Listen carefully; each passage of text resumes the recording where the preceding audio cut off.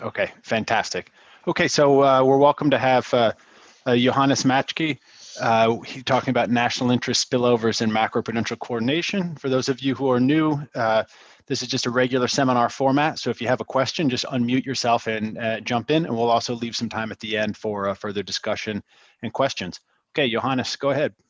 All right. Hello, everyone. My name is Johannes. I'm a job market candidate from UC Davis. Now, before I get started, I really want to say thank you to the organizers. I think this is a great opportunity for me and the other presenters to get some external exposure to our work. Now, feel free to interrupt me anytime during the presentation.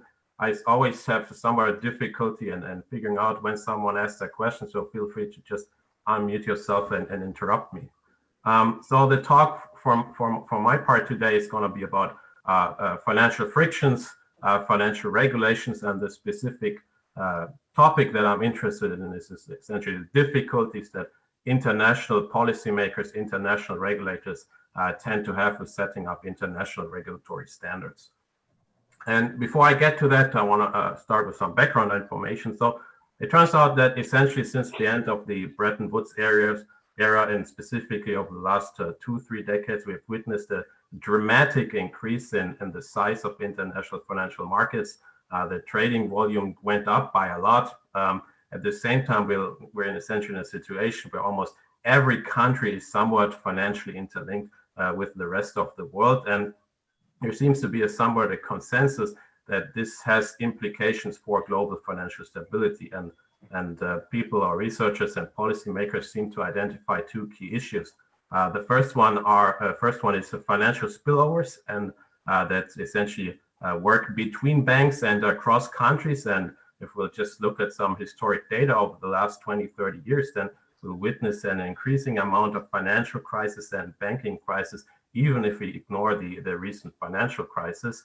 So that's one issue. The second issue is that these financial markets nowadays, they are very complex. There are many players on it. And it seems to be somewhat difficult to come up with an appropriate regulatory response. And the issue that I focus on in my job market paper and this talk is one about coordination, the coordination of regulation. And this is specifically problematic because domestic regulators, they tend to have a somewhat domestic mindset. So if you're the regulator of the US financial sector, then you primarily care about the banks that operate in your jurisdiction, but you're less concerned, say, about banks in Europe or banks in China. So domestic regulators, they seem to primarily care about domestic financial sectors. Hence, they do not care about the spillovers of domestic financial markets on banks and foreign financial markets. And that seems to be somewhat problematic with regards to coming up with regulatory agreements. Nevertheless, there's actually very broad policy and research support for some kind of international regulatory standards. So the international institutions like the IMF, the World Bank, the OECD, the BIS, they really push for some kind of international regulatory guidelines. The problem, though, is, and that really gets me to my job market paper, there are many countries that are reluctant to these standards. And so in my paper, I'm going to focus on the Basel agreements, which are the most comprehensive international regulatory set of guidelines. These guidelines are fully voluntary. They pertain to capital regulation, liquidity regulation, and some supervisory guidelines. But it turns out when you just look at data and you focus on the two most recent agreements, the Basel II and III framework, then with regards to the Basel II framework, we'll see that around 20% of the countries in my sample, and I'm going to explain that sample later on, they did not implement any of these Basel II guidelines. And these Basel II guidelines, they were issued in 2004. This is data of 2015. So they've had a lot of time to implement these guidelines. And if I'll refer to the Basel III framework, which is somewhat more recent, originally published in 2010, then the share actually increases to more than 50%. And that is somewhat striking. So there are lots of countries that are reluctant to implement regulatory guidelines. And it turns out most of these countries are small open economies. They tend to be emerging markets or developing economies. And that kind of leads me to my research questions. Is there something about these countries that do not seem to adhere to regulatory standards that makes them somewhat special? In other words, is there a specific variable or specific determinant that explains why some countries regulate while others tend to free ride on foreign regulation? And it turns out that in the literature, this is somewhat puzzling. So the literature has come up with a bunch of explanations, but these explanations have two issues. The first one is that they are somewhat reduced form, they lack a structural interpretation. And the second problem is that most of these explanations have no empirical relevance. And so what I'll do in the stock market papers is that I come up with a new explanation that ultimately explains why certain countries regulate and others do not. And I'm going to argue that I have theoretical and empirical support for this explanation. The second research question that I'll address in my stock market paper kind of builds on the first one, and that is, given that certain countries may rationally decide to free ride, is there something that international organizations, here you can think about the World Bank, the IMF again, that they can do to essentially align the interest of those free riding countries towards regulation? Now, before I get into more details, just want to essentially get the key takeaway away. And I'm going to argue in this talk that is essentially one explanatory variable that is able to explain why certain countries regulate and others do not. And this unique variable is the size of the domestic banking sector. And I'm going to argue that countries with a larger domestic banking sector, they are more likely to adhere to international regulatory standards than countries with a smaller banking sector. Now, just to start, I want to provide some data right here. So on these two histograms are essentially plot the share of countries that adhere to these Basel II or III standards. I'm going to split them between countries that did not implement any of the Basel II guidelines versus some of these guidelines, and I do that for both Basel agreements. And then I'm going to further split those countries into two bins, and whether they have a large domestic banking sector and a smaller domestic banking sector. And what you'll see right here is that with regards to Basel II, first of all, there are a certain amount of countries that do not regulate, that do not follow these guidelines, and specifically countries with a smaller banking sector that do not follow these guidelines. And the same kind of pattern emerges with Basel III. Again, we'll have primarily smaller countries with a smaller banking sector that do not adhere to these standards. And now, obviously, overall, we see that there are a lot more countries with regards to the Basel III agreement that did not implement any of these guidelines. So one question I frequently get at this point is that, I'm essentially arguing that it is countries with a smaller banking sector that do not regulate. And then the natural question, the follow-up question is that whether this has any aggregate significance. After all, these countries have a small banking sector that should not necessarily affect global financial stability. And I'm going to argue that, well, this is true partially, but it turns out that these countries, although they have an individually smaller banking sector, they actually sum up, if you aggregate them, they aggregate to a significant portion of the overall global financial sector. So in other words, I'll have a statistic in the paper. If I focus on Basel III and countries that only poorly implemented these guidelines, then these countries in sum aggregate to a financial sector size that is about 40% relative to the US. And most of these countries do have a small banking sector. So in other words, this channel that I proposed and the issue that many of these countries do not adhere to these guidelines tends to have some aggregate significance for global financial stability. So what do I do in my paper? I would say my paper has a theoretical component and an empirical component. I would say the focus is on the analytical side. So what I do is essentially I set up a model. In that model, I study the strategic interactions between national regulators, and I do that in a model of liquidity regulation. And the type of regulation here I'm interested in is prudential regulation. So here I'm talking about regulations that regulators impose ex ante to improve financial stability and then prevent potential future financial crisis. This model has, I think, one unique key feature, and that is an international asset market that is subject to fire sales that arise due to some liquidity shortages. On the empirical part, I'm really interested in explaining the adherence to the recent Basel II agreements. And it turns out that both in my model and in the data, I'll define the size of the domestic banking sector as the unique observable variable that essentially drives all my results, both in the data and the model. So what is the key idea for why the size of the domestic banking sector matters? The key idea is as follows. So we have national regulators. National regulators tend to have a domestic mindset. They primarily care about domestic utility. As such, they do not internalize when they make their regulatory decisions.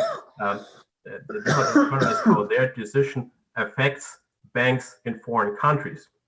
And if we have countries that are very asymmetric with regards to their financial sector size, then we end up in a situation where the planner or the regulator of that country with the large banking sector internalizes more of these spillovers, more of the inefficiency in international markets, and that regulator is going to have a higher desire to regulate. And if these preferences are sufficiently asymmetric, it is not going to be possible to adhere to common regulatory standards. So let me jump to my findings. With regards to the model, I think the first finding is that national regulation is inefficient. I'm not claiming I'm the first one who derives that. That's something that seems to be agreed upon in the literature. So let me jump to my second finding, and that is that free riding can actually be a rational choice, and specifically a rational choice for countries with a smaller financial sector. And what this implies in different terms is that it may ultimately not be possible to come up with a regulatory framework that is implemented by almost all countries, precisely because free riding can be a dominant strategy. Then based on my model, I'll have two mechanisms, I'll derive two mechanisms that can potentially solve this dilemma and hence essentially align the interests of those free riding countries towards regulation. And those two policy recommendations would be some kind of capital flow restrictions or a system of transfer payments.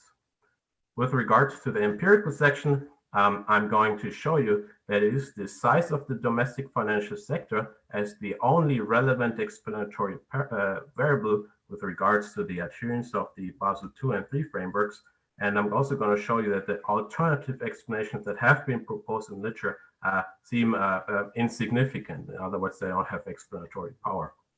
On top of that, I'm also going to show you that the sensitivity of this financial sector size as an important determinant is particularly large for open economies. And intuitively, that makes sense if you're an economy that has strict capital controls, that the economy acts like a closed economy. Hence, there is not really a reason to adhere to international regulatory standards. Now, with regards to the literature, I don't plan to go over all of these papers, but I want to kind of briefly highlight how I fit into the literature. And I think I'll belong to kind of three different literatures. The first one is a literature on pecuniary externalities and fire sales. So pecuniary externalities are a specific type of externalities that essentially work through equilibrium asset prices. This type of externality is probably the one that's most extensively studied. So in my framework, I'll adopt that idea. I'll have a pecuniary externality in my model, so I don't really do anything new on that side. But what's somewhat different in my framework is that I'll essentially embed this pecuniary externality in an international financial market versus a closed economy. The second literature that I relate to is the literature on liquidity demand. I want to highlight two seminal papers here. First one, Diamond Dipwick, and the second one I'm somewhat related to is the paper by Allen and Gale in 2005. Again, these papers focus more on liquidity demand in a closed economy. I'm instead interested in liquidity demand and ultimately portfolio choices in a more international context. The third literature that I relate to is probably the one that I'm closest to. There's actually a very, very small literature on a cooperation on international regulatory standards. Now, you can really count those papers with your two hands. There's not a lot in this area. There's one key paper that I want to highlight. That's the paper by Kornick 2016. And in that paper, he essentially states a benchmark result that cooperation is always well and for improving as long as you have some kind of externalities that work through international markets. Now, obviously, that is going to be satisfied in my model. I'm going to have a pecuniary externality, but the implication of that result is that, cooperation will always be well for improving, but in reality, as I've just shown you, and in those histograms, we'll see that a variety of countries do not follow that. So in order to kind of match the data, you'll need some model that features some asymmetries such that in the end, some countries may not be better off with cooperation despite international externalities. And the asymmetry that I introduced in my paper is this financial sector size asymmetry. Now, there have been very few other papers that introduce different types of asymmetries.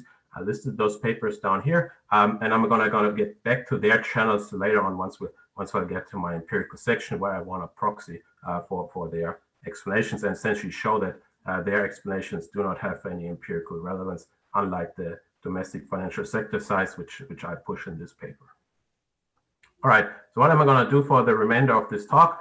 I am going to introduce the model. I'm not going to go into too many details. I do want to highlight the key features. Then I'm going to provide a quick overview of my main results. Following, I'm going to jump to these two policy recommendations that I have, and then I'm going to provide some empirical support for the channels that I uncovered in my theoretical model. All right, so let me start with the framework. It's a two-country model. We'll have 3 periods, and we'll have essentially a continuum of investors and banks. So we have essentially 2 entities, investors and banks. Now, how do I introduce 2 countries? I think I do that in a very straightforward way. I'm just going to argue that a share omega of these investor banks, they live in one country, and the remaining 1 minus omega, they're going to live in the second country. And this parameter omega is going to be a very crucial parameter in my model. It is ultimately going to determine the size of the domestic versus the foreign banking sector. And what I'm ultimately interested in is whether it's possible to coordinate on common standards, essentially as we move from omega equals 0.5, where we have equally sized banking sector, and then once we'll either move to either 0 or 1, meaning that one of these banking sectors becomes relatively large at the expense of the other banking sector. Now, there are 2 entities, 2 agents in my model. I have investors, I have banks. The setup for investors is, I think, fairly standard, follows Steinman-Dybvig. So here the idea is that investors have some initial endowment, but they don't consume in the initial period. They only consume in period 1 or 2. Hence, their endowment is deposited at banks. And the really important factor here is that these investors in the second period, they receive an idiosyncratic liquidity shock. That is the only source of uncertainty in my model. And this liquidity shock ultimately determines the consumption profile of investors. If they receive that shock, they would like to consume in period 1, in the second period. Alternatively, they only want to consume in the last period. That's pretty much Steinman-Dybvig, so that's why I don't want to go into further details and instead focus on banks a little more.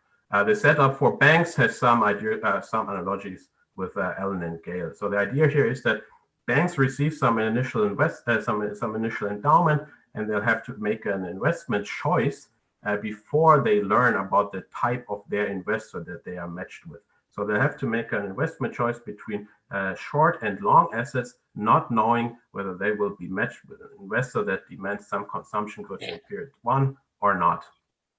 Banks have access to 2 assets, a short asset and a long asset. In an equilibrium, the short asset is going to be more liquid. The long asset is going to be more illiquid. That's why I use those terms interchangeably. The short asset has a lower return. However, it can be used to essentially satisfy these liquidity shocks by investors. These illiquid assets have a higher return, but they require 2 periods to materialize. In other words, you can't use this asset to meet the consumption requirements or liquidity requirements of investors if they receive this liquidity shock. The unique feature of my model pertains to this international financial market. So essentially, I set up an international financial market in which all banks from both countries can interact with each other, in which they are essentially able to trade liquid and illiquid assets. This international financial market, is supposed to capture some key characteristics of interbank markets during financial distress. So think about the 2008-2009 financial crisis. This market has 2 key characteristics. The first one is that it is fully collateralized in the sense that banks in this market cannot borrow liquidity unconditionally. They have to provide some illiquid assets as a collateral. And again, I think this is a very reasonable description of the recent financial crisis where interbank markets essentially froze and banks actually had to provide some of their illiquid assets in order to obtain or meet their liquidity demand. And this market will be such that in the end, in equilibrium, again, this is endogenous, distressed banks will be required to purchase some additional liquidity, and they will be required to sell some of their illiquid assets in return. The second key feature of this market are frictions. There are several different motivations for these frictions.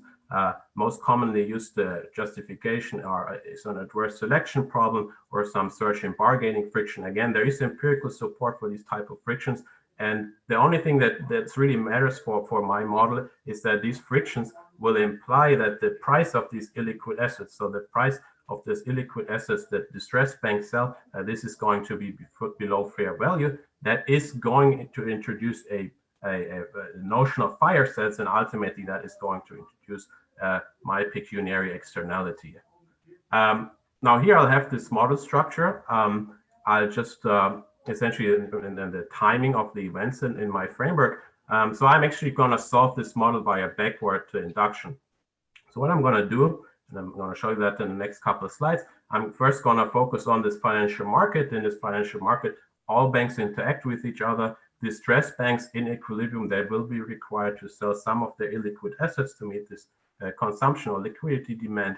And in tech banks, they will ultimately be the buyers of those illiquid assets. What I'm going to do is I'll derive the optimal supply and demand schedule in this financial market, and then I'm going to take those demand and supply schedules and plug them into my initial portfolio allocation problem, and in which I solve for the initial investment allocation between illiquid and liquid assets. And again, this choice happens before this liquidity shock occurs, but banks in period zero, so when they make their portfolio choice, they already internalize it with a certain probability they will receive this liquidity shock, in which case they are distressed and they have to sell some of their liquid assets, and with a certain probability they will not receive this liquidity shock, and then they will buy these illiquid assets. And then later on, I'm going to contrast this with essentially a regulated equilibrium, where ultimately regulators will make this initial portfolio choice on behalf of banks. So let me focus on this asset market for a bit, because I think that is the key feature of my model. And let me start with distressed banks. So distressed banks are those banks that receive a liquidity shock or are matched with an investor that receives this liquidity shock, and they enter this period with some initial allocation, K and L, and in that period they want to maximize period 2 consumption subject to this liquidity constraint that they have to raise a certain amount of consumption goods. As I already mentioned, in equilibrium, they will be required to sell some of their illiquid assets in exchange for liquidity or consumption goods. And because of these frictions, this liquidity constraint will actually be binding. And I'll have an expression, or the mathematical expression for this liquidity constraint right here. I want to go over it. So it turns out if banks receive this liquidity shock, they have to provide a certain amount of consumption. I denote this consumption as C. That is in turn an endogenous object and ultimately depends on investors' preferences. And they can meet this consumption requirement either by providing some of their own consumption goods from short asset investments in the initial period, or they can sell some of the illiquid assets and in exchange for consumption goods. And if they sell some of the illiquid assets, they're going to receive a price P, which, as I'll show you in the next slide, depends on aggregate liquidity, and that is an equilibrium object. Now, I think this liquidity constraint, is supposed to capture two characteristics of financial markets. The first one is fire sales. That is because the price that distressed banks obtain is going to be below their fair value, which is R. And the second key element that this constraint captures is the limited access to liquidity, in the sense that distressed banks are required to sell some of the illiquid assets. And I have a reference right here, and Charletti, they actually argue that these type of constraints were present during the financial crisis. So let me focus on in tech banks for a second. They are less interesting than distressed banks. Again, they enter this financial market with some kind of initial portfolio, and they're really interested in maximizing period 2 consumption. Ultimately, these in tech banks will purchase some of the illiquid assets from distressed banks, but only if the price is right. And whether the price is right or what's the appropriate price ultimately depends on a financial friction, which I capture with this phi function. What this phi function is essentially doing it is going to imply that these illiquid assets that intact banks purchase on this asset market are going to be less profitable than illiquid assets that were invested into in period zero. And as a consequence, these intact banks are not going to be willing to pay a price P that is equals the fair value of R. And then you have this kind of optimization problem here. I don't want to go over all of these ingredients in detail, but ultimately this is going to provide you with an illiquid asset demand curve right down here. So let me focus on the equilibrium of this asset market, right? So in equilibrium, we'll have a bunch of distressed banks, we'll have a bunch of intact banks. Since I have a continuum of banks and idiosyncratic shocks, essentially the law of large numbers applies, and I can just aggregate over this individual demand and supply schedules, set aggregate demand equal to aggregate supply, and derive the equilibrium asset price, which in this case depends on aggregate liquidity. So why is that the case? Suppose that banks invest more into liquid assets in period zero. So initially, because as a consequence of that, they won't have to sell as many of their illiquid assets in this asset market because they have more own liquidity. And that is ultimately going to reduce the supply of illiquid assets. And if the supply goes down, the price will go up. Now here, the crucial point is that banks do not realize this dependency. They do not realize this dependency between liquidity and the equilibrium asset price. And that is because these banks are somewhat small. They do not have any aggregate impact. Hence, they do not internalize this dependency between the equilibrium asset price and aggregate liquidity. And it turns out that this kind of issue, that banks are atomistic and do not internalize the dependency, this ultimately introduces a pecuniary externality. This externality is pecuniary because it works through equilibrium asset prices, all right? And that's where the name is coming from. And in combination with this binding liquidity constraint that I just showed you 2 slides ago. And here the idea is that, additional liquidity improves the fire sale price, it stabilizes the equilibrium asset price, and that in turn reduces the tightness of this liquidity constraint. And because banks do not internalize that and the laissez-faire equilibrium, there is going to be a justification for some kind of liquidity regulation. And ultimately, so there is a justification for liquidity regulation, and because this market is international and domestic regulators do not internalize this dependency, there's ultimately also going to be a justification for international liquidity regulation.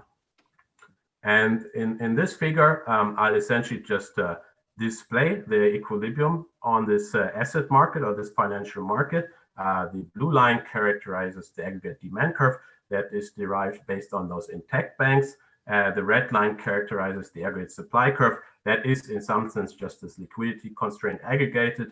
And as I just mentioned, if for whatever reasons banks decided to hold more liquid assets in period zero, that is going to stabilize global financial stability. That reduces fire sales, so the supply curve shifts to the left, and that is going to imply a higher equilibrium asset price. And precisely because banks do not internalize this dependency, there is scope for intervention via liquidity regulation.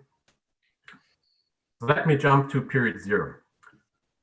In period zero, right, that's the period where banks ultimately have to allocate their portfolio, allocate their endowment into a portfolio, and they have 2 choices, either this liquid or this illiquid asset. When they make their choice, they do anticipate that, with certain probability they will be distressed and or not distressed.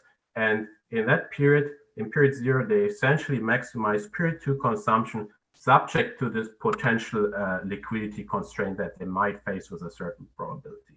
And in this period zero equilibrium, I essentially analyze 3 different scenarios. I'm going to contrast the laissez-faire or comparative equilibrium with the national regulation, and I'm going to contrast that with global regulation. So let me focus on these 3 types of equilibria that I analyze. So the comparative equilibrium or laissez-faire equilibrium, I think, is the most straightforward equilibrium. Each bank just chooses her own of liquid assets. In other words, they do not internalize this pecuniary externality. And then I'm going to contrast that with a equilibrium one global regulator and the aggregate investment mix of aggregate illiquid.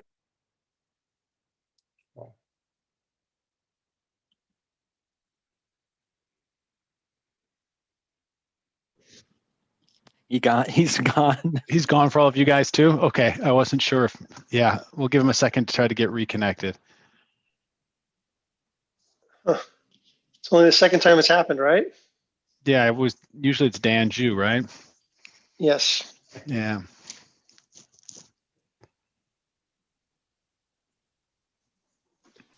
I hope he realizes that he is gone.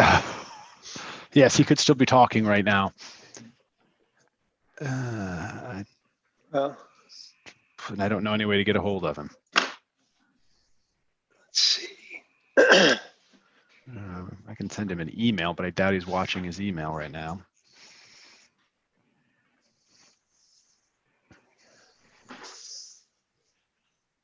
Oh, there he is. Oh, He's good. back. Okay, great.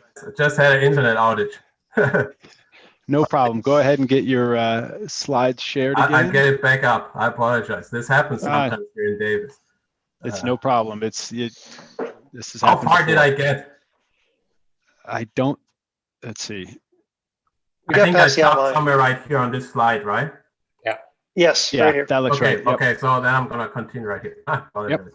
No worries. Full screen. Okay, there we go.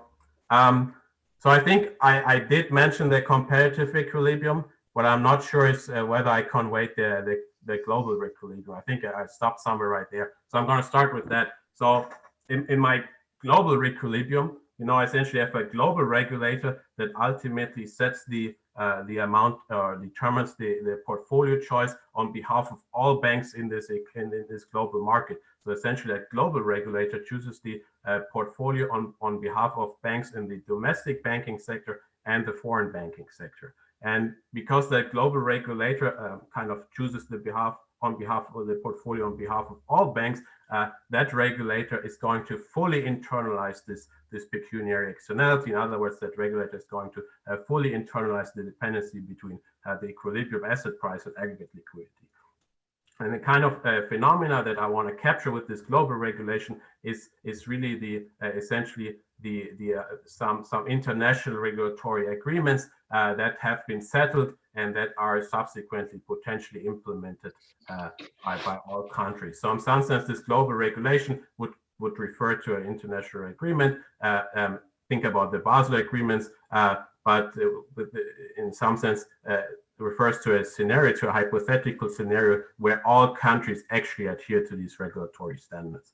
And I'm going to contrast that global regulation equilibrium with a national plan or national regulator equilibrium. And in this national regulator equilibrium, I'll have two regulators, one for each country. They have a domestic mindset. They only care about domestic financial stability, and they interact from a technical perspective, they interact in some kind of Cournot equilibrium. And since they only have a domestic mindset, they only choose the portfolio on behalf of all banks in her jurisdiction, and hence they only partially internalize this externality. And so what I'm really interested here is, despite all this technical stuff, is whether these national regulators would be willing to agree on some kind of coordinated liquidity regulation, in which case they would ultimately be in this global regulatory equilibrium.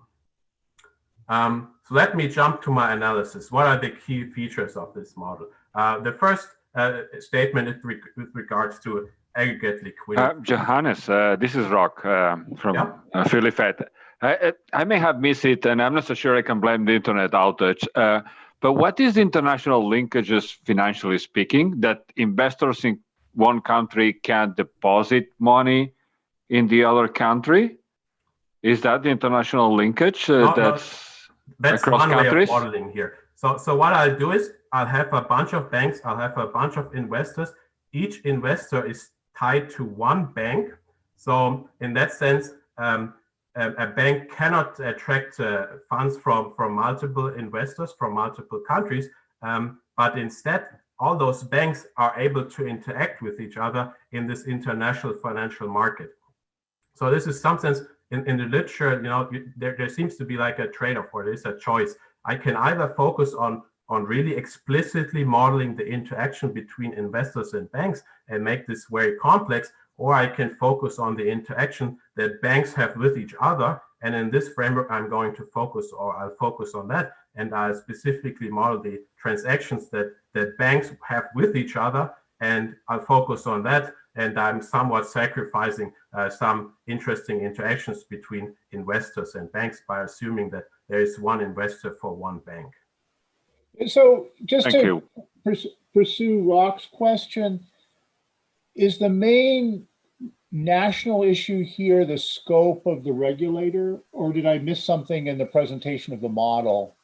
No, you're right. That's ultimately the issue. So the problem is in my framework, and I think something in reality as well, that national regulators, they primarily care about domestic financial stability, and hence they only care or kind of disregard the international aspect that their domestic regulation potentially has on banks or foreign jurisdictions. And because I'll have a market that is international, where we have international interlinkages, these interlinkages or these spillovers are not internalized by national regulators. And that's what ultimately makes this national regulatory equilibrium inefficient relative to a coordinated response. Yeah, so why can't the two countries just separate? What here is generating interaction, and why can't we? There's no increase in returns or anything, is there? Or have I missed something? Yeah, so that's a good point. So I think ultimately that's an empirical question. So I agree. If I just split these two markets in two, right?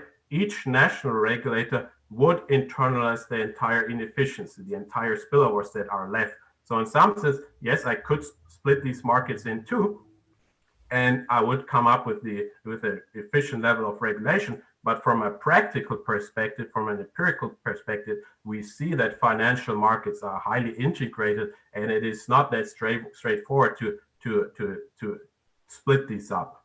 So this has a more empirical justification, but I agree from a theoretical point, right? Because we have constant returns to scale, as you mentioned, it would be possible to split these two markets, and we would be better, and these national regulators would be able to internalize these spillovers. Yeah, couldn't somebody take your model and say this is an argument for financial autarky with capital controls? Yeah, and in some sense, it is this model provides a justification to kind of limit international financial flows, and that's something that I'm going to get back to with my policy recommendations on these capital flow restrictions. But yes, in some sense, there is an argument here for separating these markets, but from an empirical perspective, that seems impossible in reality. I will argue that, at least strictly speaking, the interbank markets are pretty separate across countries, at least in large countries. It's a clear, fine distinction of what happens when Deutsche Bank borrows in Europe and Deutsche Bank America lends in the US. Is that really two separate markets or not? But there's no question that interbank policy rates are different in different countries. There is a sense of integration, so maybe there is a limitation on how far they can be. But I assure you, the Fed funds rate is not always equal to the ONIA rate or anything like that. There's quite a bit of a divergence. Oh yeah, sure. But on the other hand, like I also think that the large banks in, say, Europe, they have very strong ties with banks in the US, and they kind of frequently exchange funds and borrow and lend with each other. And these are the kind of transactions that I essentially cover. I totally agree with that, but that brings the question of what is the regulator regulating, right? Ultimately, the regulator in this framework is going to regulate the amount of liquid assets that banks are supposed to hold. But right? So this is a model about liquidity regulation. Banks invest too much into illiquid assets because they do not internalize the dependency between liquidity and fire cells ultimately in equilibrium, and that provides a justification for liquidity regulation, in which regulators would post some liquidity standards that go beyond the amount of liquidity that banks would hold in the comparative equilibrium. So in some sense, this speaks to the with regards to the Basel III framework. The Basel III framework has a large component that is about liquidity regulation, and this is essentially the part that that I speak to primarily.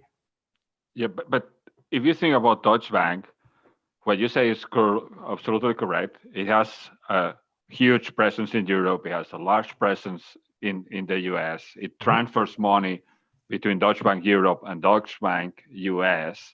But when it comes to regulating, neither the US nor Europe really determines the liquidity of Deutsche Bank Global, if you want. The US will have some pressure on Deutsche Bank US. Yes. And Europe will have some pressure on Deutsche Bank Europe. Correct.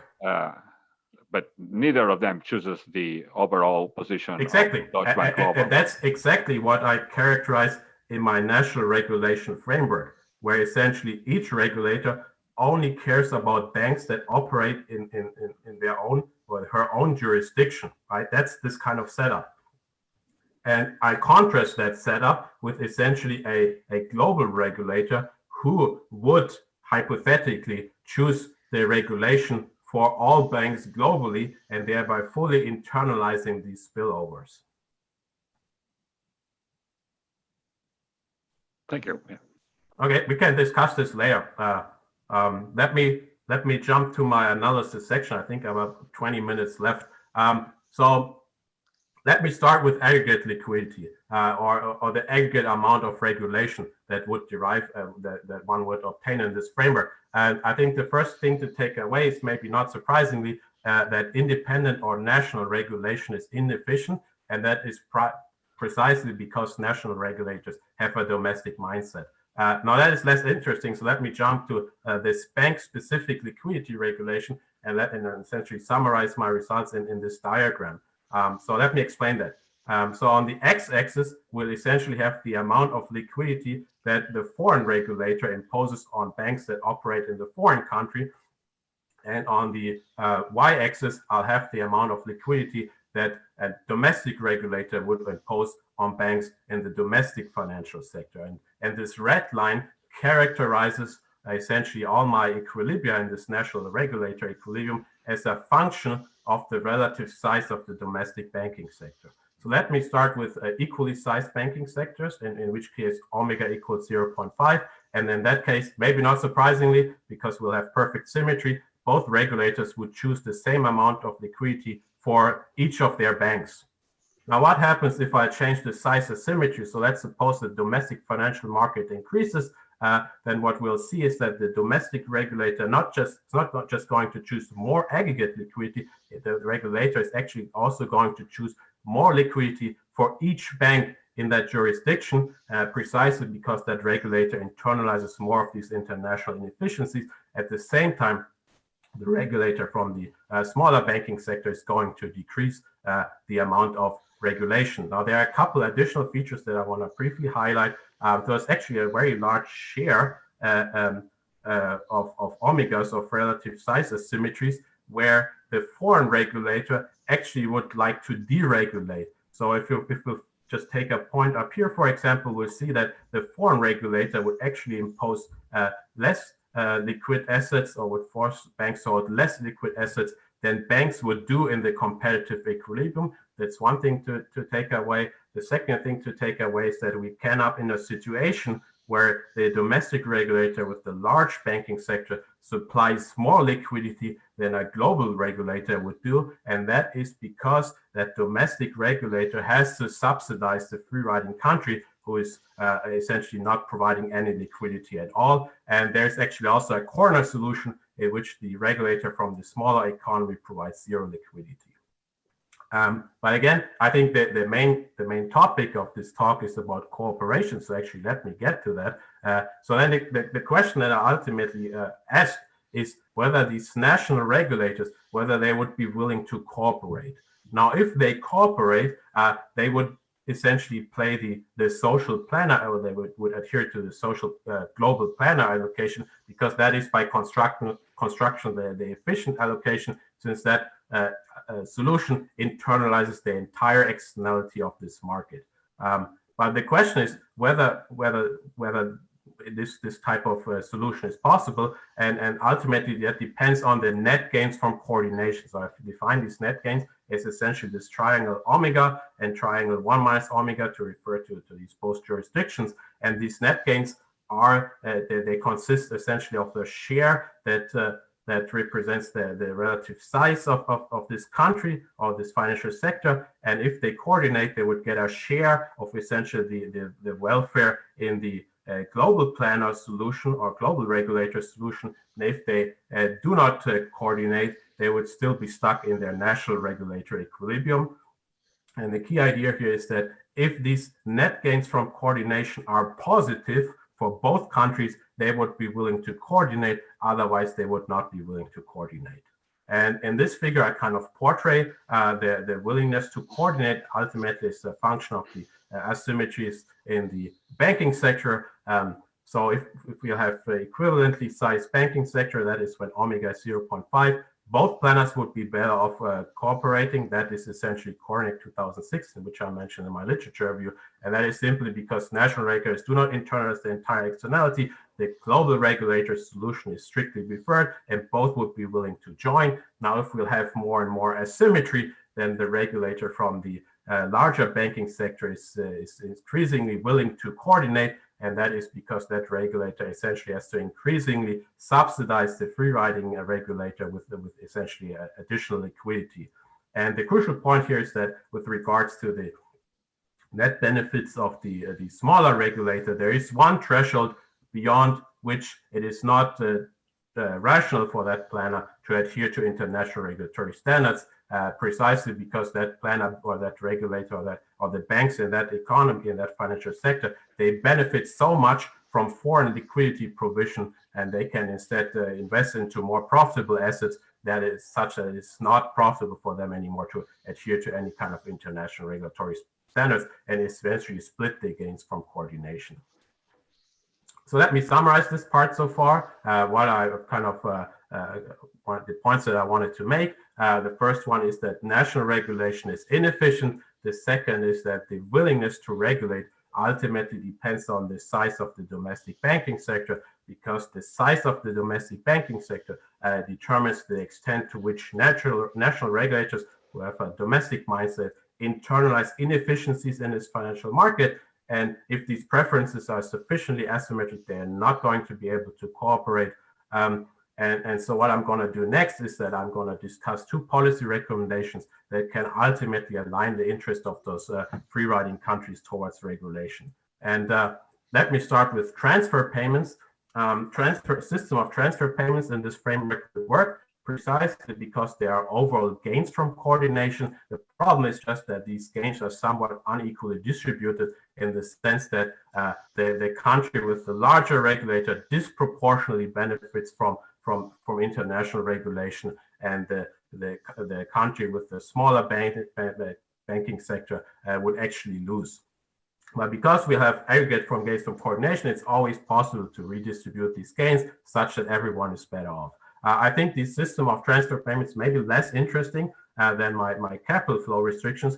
And on top of that, I think there's one issue with that, and that relates to the problems that one would face implementing that in practice, because how these transfer payments would have to be like is that they would have to originate from countries that already regulate, and they would have to be directed towards free riding countries, and that would ultimately subsidize free riding behavior. So that is probably politically not feasible. One way I think one could implement some of these ideas is that if these requirements, or if one would impose a requirement to adhere to international regulatory standards as parts of other agreements which are primarily beneficial for free riding countries, such as free trade treaties.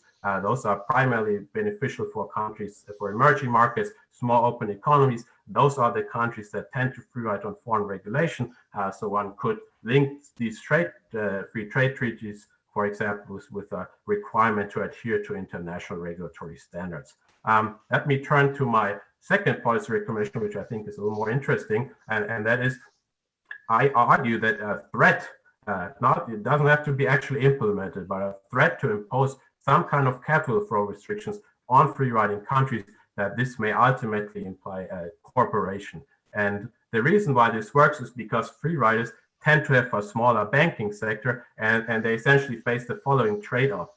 They could either adhere to international regulatory standards and as a consequence access foreign liquidity, which would help them to insure against financial shocks, or the alternative would be to not cooperate, but in this case, international financial flows would be restricted, then there would not be much access to foreign liquidity, and that would essentially limit the ability to which these countries can insure themselves against financial shocks. Now, it turns out in my framework, the first argument always dominates the second one, but that is in some sense because of the specific preferences. But I assume in a more realistic setting, whether option 1 or 2 dominates ultimately depends on the risk aversion of regulators and banks.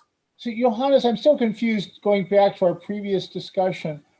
I thought the only risk here was investor specific. I didn't see country shocks. Yeah. So yes. So here I'm essentially, that is a very good question. So here I'm essentially taking the limit where one of these countries is extremely small, right? And in that case, once I take the limit, these countries, for these countries, the law of large number in some sense doesn't anymore apply. So you can't just. So you've really become granular. Yes, that's the idea. That's the idea. Okay. But I mean, this is somewhat empirically relevant, because we'll see that the countries that tend to free ride on foreign regulation are really countries that are extremely small with regards to their financial sector. So let me contrast these results with the literature.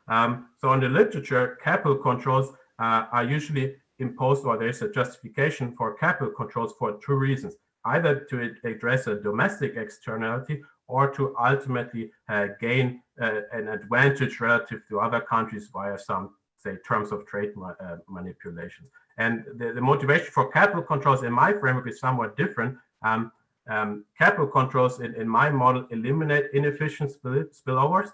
That is, they increase the welfare of countries that already regulate, because they eliminate inefficient spillovers from free riding countries. At the same time, these capital flow restrictions may force countries to adhere to international regulatory standards as a somewhat third best outcome. So in some sense, capital flow restrictions in my model work in favor of a globally efficient allocation of portfolios. Now, that said, obviously there are some difficulties with capital flow restrictions that has been documented in the literature. One problem are leakages. It's a very nice paper by Arnott, and in that paper they document that there are a significant amount of leakages despite capital controls. Another problem, obviously, is the shadow banking sector. It's not clear how we would want to regulate that. But I mean, in some sense, in terms of practical implementation, what I suggest is that, the World Bank, the IMF, they have lots of funds that are directed towards countries if they are in an emergency, if they suffer from financial distress, and what could link these requirements, for example, to a willingness to adhere to international regulatory standards. So that would be the practical policy application here. So I think I have around 5-10 minutes left. Let me briefly get to my empirical section. The empirical section is supposed to kind of back up my claim with regards to the size of the domestic financial sector as the unique explanatory variable. And I'm going to specifically focus on the Basel II and III agreements. So I have to measure the adherence to these regulatory agreements, and I'll use survey data from the Financial Stability Board. I think it's a very neat data set. Unfortunately, it only goes to 2015, so I do not have more recent data. But the nice feature of this data set is that it contains around 80-90 countries, and for each of these countries, I do know the number of guidelines, or the specific guidelines, Basel II and III guidelines, that were implemented at each point, so at each year. And so what I'll do is essentially I construct an aggregate index over those individual guidelines that have been implemented, I add them up and I construct an index that measures the overall adherence to these regulatory standards. That is going to be my dependent variable. Now aside, as I kind of briefly mentioned, the Basel framework goes well beyond liquidity regulation, which is at the heart of my model. I'm going to focus on this overall adherence to regulation, but I do have some evidence in the appendix that my results also hold true if I just focus on liquidity regulation, which would be the immediate match to my framework. Now, in terms of explanatory variables, the obvious most important explanatory variable is the size of the domestic banking sector, and here I use as a proxy the amount of domestic credits by domestic banks. That is not a perfect proxy, but it seems to be the one that is used in the literature. And then with regards to other control variables, I'll try to proxy for explanations that have been proposed in the literature.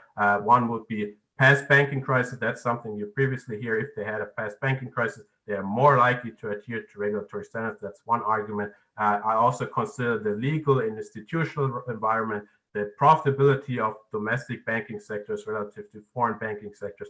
And here the idea is that if you have a banking sector that's more profitable, you do want to regulate less. I also consider the concentration of the banking sector, so whether it makes a difference if I have one large bank or multiple small banks. And then I also consider the fiscal space and the overall size of the economy.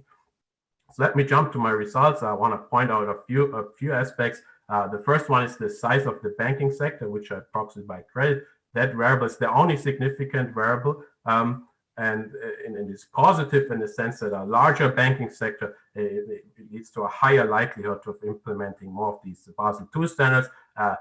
The results for Basel III are almost identical. That's why I don't show them right now. All these other explanatory variables are insignificant, except for the size of the overall economy. So one might be worried that, well, maybe it's not about the size of the banking sector, and more like about the size of the overall economy. But when I include all control variables, you'll see that it's really the size of the domestic banking sector that matters.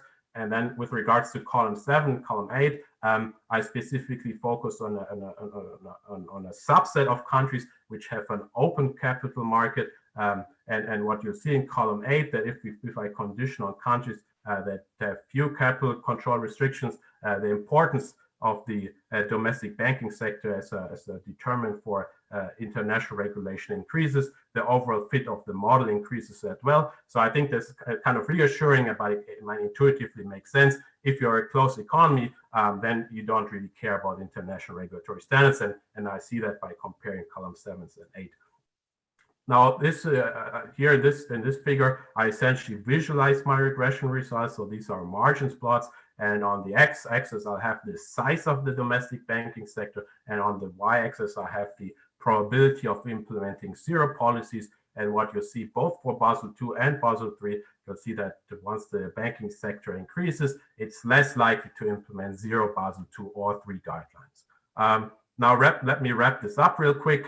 So what have I done, or what do I do in my job market paper? I study the strategic interaction between national regulators, and I do that in a model of liquidity regulation. As a novel feature of this model, I have an international asset market that features international fire sales.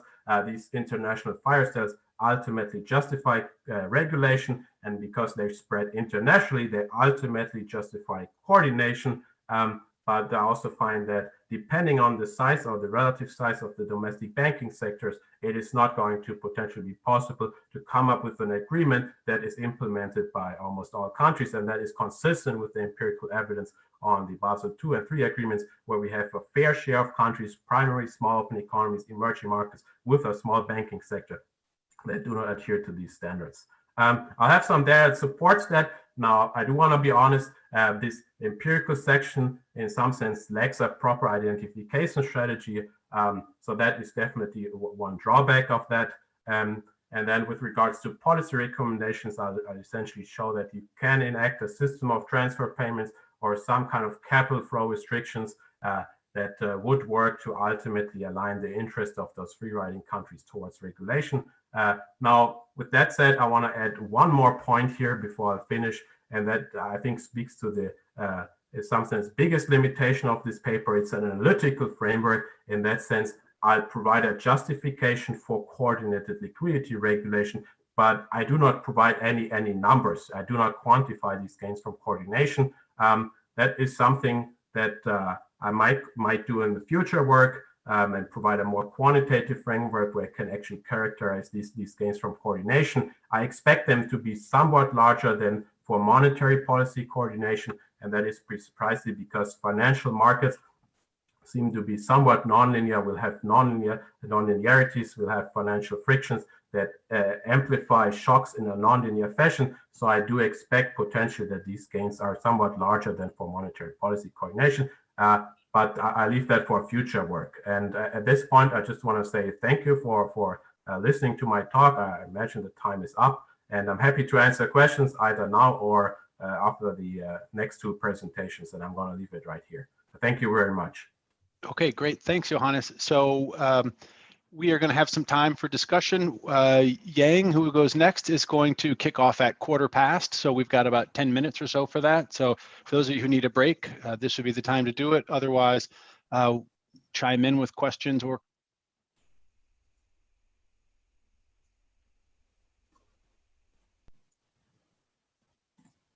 I have a question, Johannes. So when we look at the Europe debt crises, we saw that they were preceded by a huge amount of the European Monetary Union interbank loans. But I'm not sure that they fall. I mean, I think it is in the same spirit of what you're talking about, but I'm not sure that you captured them with your distinction. Like Spain had much looser regulations than Germany, and German banks lent Spanish banks an extraordinary amount of money. Is that a kind of thing you can capture it all, or not? In a somewhat abstract manner, yes. So if you, for example, view Germany as the big country and Spain as the somewhat small country, right? Then my framework would suggest that the larger economy, in this case Germany, would impose more regulation than the country with the smaller banking sector, in that case Spain. And ultimately what I show in this framework, right, is that there is precisely banks from these large economy that ultimately provides these funds, this liquidity towards the economy with the smaller banking sector. So I think, yes, in a very abstract manner, I think I capture this phenomena, yes. No, but in an abstract manner, they're not a data point for you, right?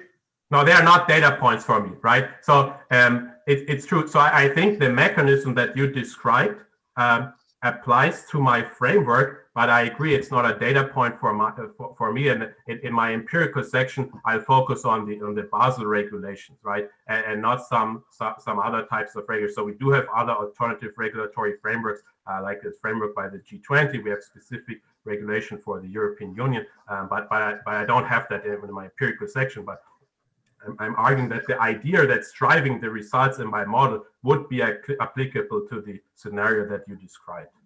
Yeah. Yeah, no, I got that, but it doesn't fit into exactly where they stand in terms of the Basel Accords. Yes, with regards to that, yes. So it's true. It turns out that both Germany and Spain adhere to the Basel requirements. That's true. So in that sense, yeah, I see your point, right? But with regards to the Basel, or the countries that I have in mind in my framework to kind of fit it to the data, for example, you could think about this big country in my framework as, for example, the countries that are already regulating, or the Eurozone as a whole, or maybe the US. And then you can think about this smaller economy as some kind of emerging market. So that would be the proper matching to the empirical exercise that I have. Yes. Right. Thank you. Thank you. Good comment.